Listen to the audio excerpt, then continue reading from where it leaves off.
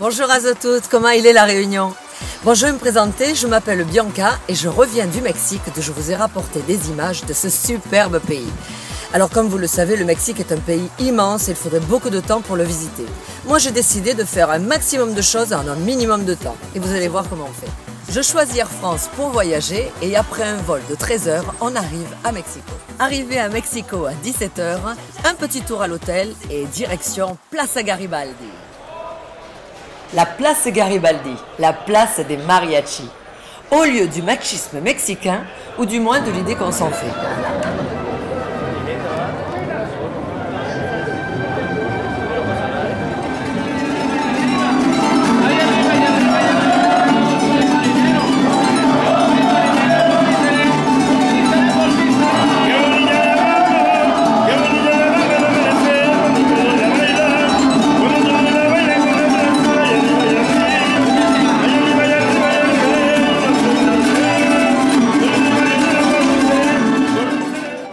C'est notre première soirée à Mexico. Ce sera aussi notre première tequila.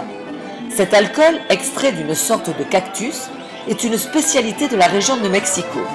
On lèche un peu de sel sur la main, on mord une tranche de citron et on avale le cul sec un petit verre de tequila. N'allez pas croire que les mariachis sont une attraction réservée exclusivement pour les touristes. C'est une coutume bien mexicaine. Et les Mexicains peuvent payer des fortunes pour écouter les mariachis toute une soirée.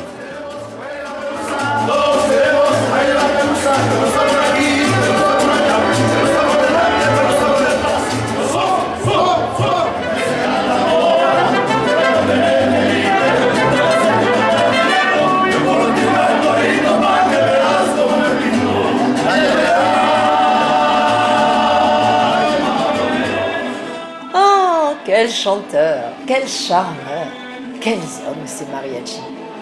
Quand je pense que pour 100 pesos j'ai eu droit à une sérénade. Le lendemain, visite en taxi des principaux sites touristiques. Et ça nous coûtera seulement 500 pesos.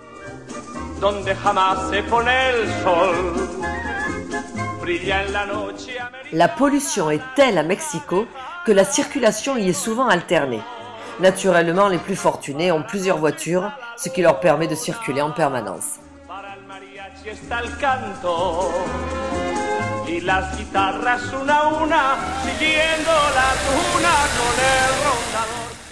Ici, c'est marrant, c'est le lieu des imprimeurs et on vous fabrique une fausse carte d'identité en l'espace de peu de temps.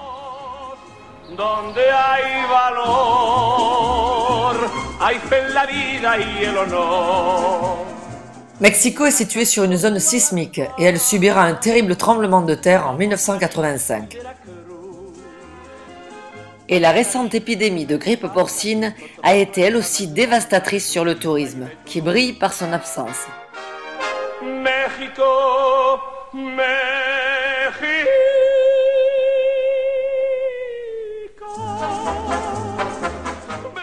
Coyoacán, refuge des artistes et des intellectuels.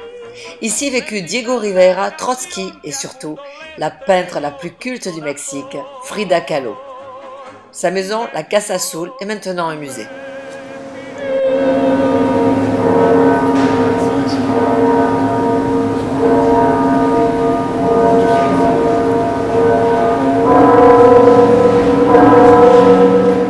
La ferveur religieuse des Mexicains est illustrée par le nombre incalculable de superbes églises au style parfois un peu chargé. Saviez-vous que Nuestra Señora de la Guadalupe est le second site religieux le plus visité après la basilique Saint-Pierre de Rome?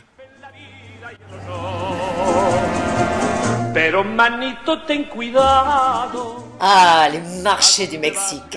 Un véritable feu d'artifice de couleurs et de senteurs. Des légions de fruits dont la papaye est la reine. Et des piments et des cactus comestibles. Vous y trouverez tout ce dont vous rêvez. Et oui, vous avez bien compris, les feuilles de nopal, espèce de figuier de Barbarie qu'on trouve un peu partout à La Réunion, se mangent en salade. Bendita la canción que al mundo lente le conquistó corazón. Le gratin, vous connaissez ça, La Réunion? Eh bien, au Mexique, on adore ça et on le fait à toutes les sauces. Une petite tequila pour la route.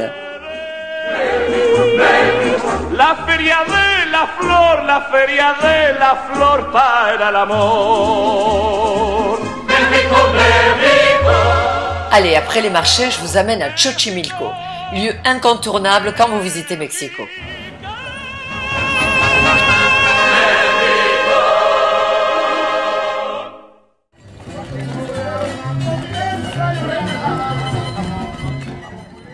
Avant sa destruction par Cortés, Mexico était situé sur un lac.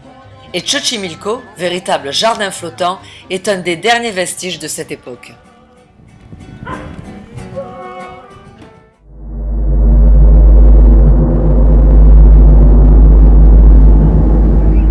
Vous serez surpris au cours de cette balade bucolique de passer par un endroit macabre. Pour éloigner les mauvais esprits, des poupées et des peluches mutilées ont été pendues aux arbres, très effrayants.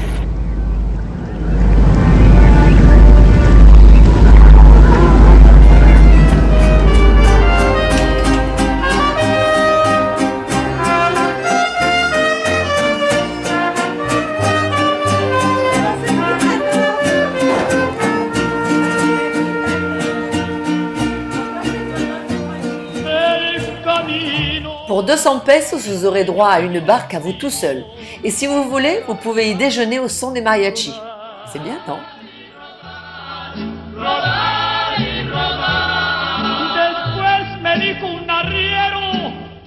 Xochimilco est inscrit au patrimoine mondial de l'UNESCO. Et c'est ici que la capitale s'approvisionne en fleurs et en fruits. Les Mexicains adorent venir s'y ressourcer pour échapper à la pollution et les embouteillages de Mexico.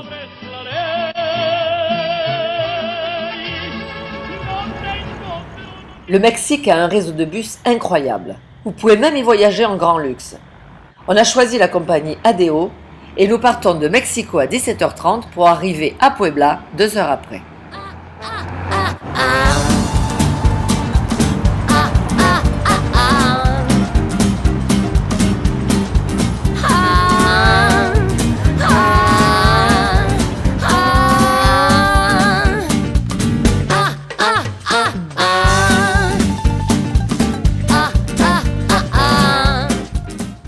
Puebla est la première ville construite par les colonisateurs espagnols. C'est la ville bourgeoise par excellence.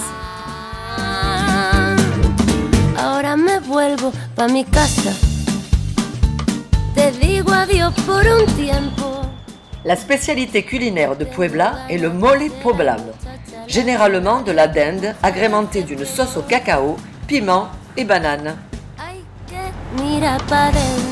Saviez-vous que le chocolat vient du Mexique? Et c'est grâce au conquérant Hernán Cortés qu'il est arrivé en Espagne, puis en Europe, et que nous pourrons le savourer aujourd'hui.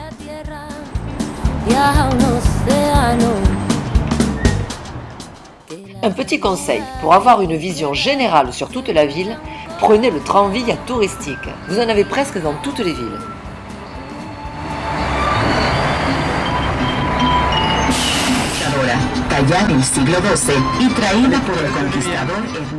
Avec l'église Nuestra Señora de Guadalupe, vous avez un exemple représentatif du style baroque dit exubérant de Puebla.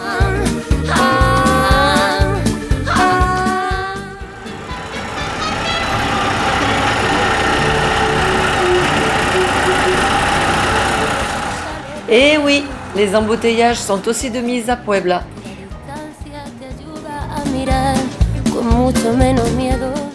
Les Espagnols ont exporté au Mexique les styles architecturaux venant d'Europe.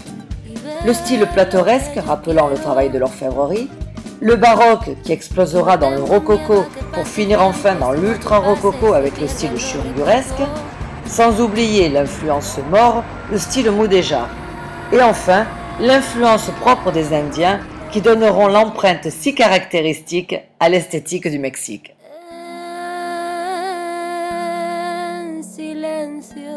Puebla, c'est mon coup de cœur, le rêve de ma vie. Des temples, des immeubles, roses, bleus, oranges, violets, une vraie féerie. respiramos menos, que el aire cada día es mucho menos fresco. Puebla est aussi célèbre pour sa céramique, la Talavera. Sigo echándote de menos. Que vaya por donde vaya, un te vuelo. Surtout ne ratez pas le Callejón de los Sapos. Cette superbe rue si colorée est le quartier des antiquaires.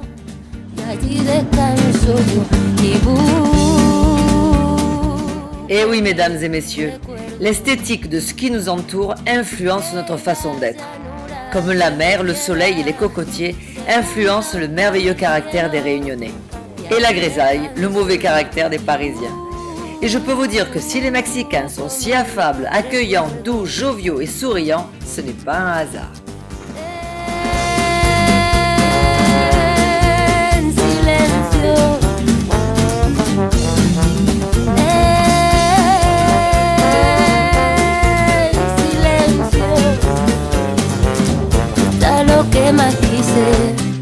Comment voulez-vous être déprimé dans une ville pareille?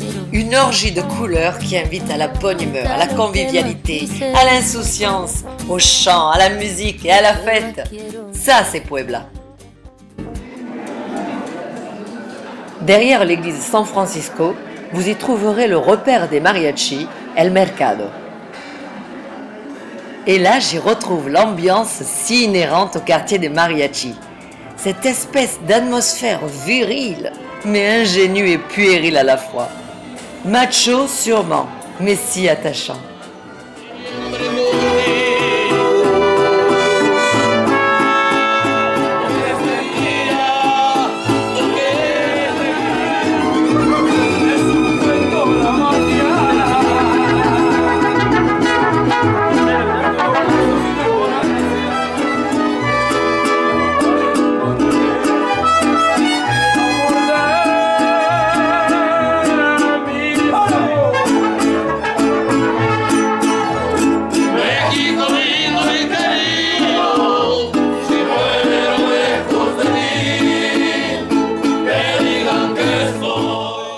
Jonathan y fêtait son anniversaire et nous avons eu la chance d'y être invités.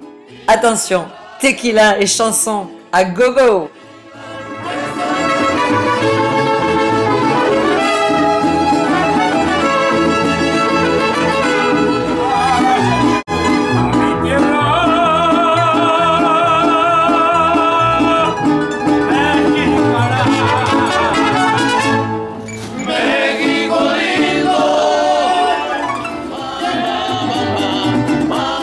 Et surtout, n'hésitez pas à prendre des photos mariachi, ils adorent ça.